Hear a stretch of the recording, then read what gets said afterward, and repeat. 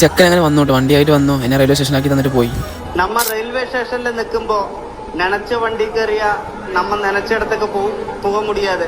ஆனா அதுக்கு ஒரு ட்ரெயின் வரும், அதுக்கு ஒரு நேரம் இருக்கு. அப்பதான் அந்த இடத்துக்கு நம்ம போக முடியும்.